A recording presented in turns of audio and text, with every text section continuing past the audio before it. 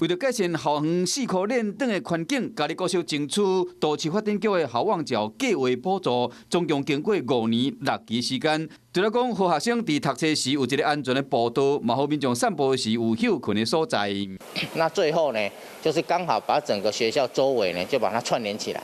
那让学生在上下学的时候呢，就更加的安全。上新的第6期是伫去年完成的，并且得到第1名，为无病的地面改造成为平坦、佫贴悬的步道，和过路人学生伫行的时佫较安全。那如果走累的话，我们上面还有一些座位可以提供这些民众可以在路边休息啦。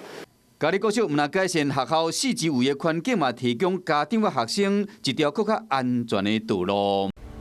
我是陈雅玲，想要跟我一起从零掌握天下事吗？赶紧按下华视新闻 YouTube 频道的订阅按钮，开启小铃铛，跟我一起探讨公共议题，给您最专业的华视新闻。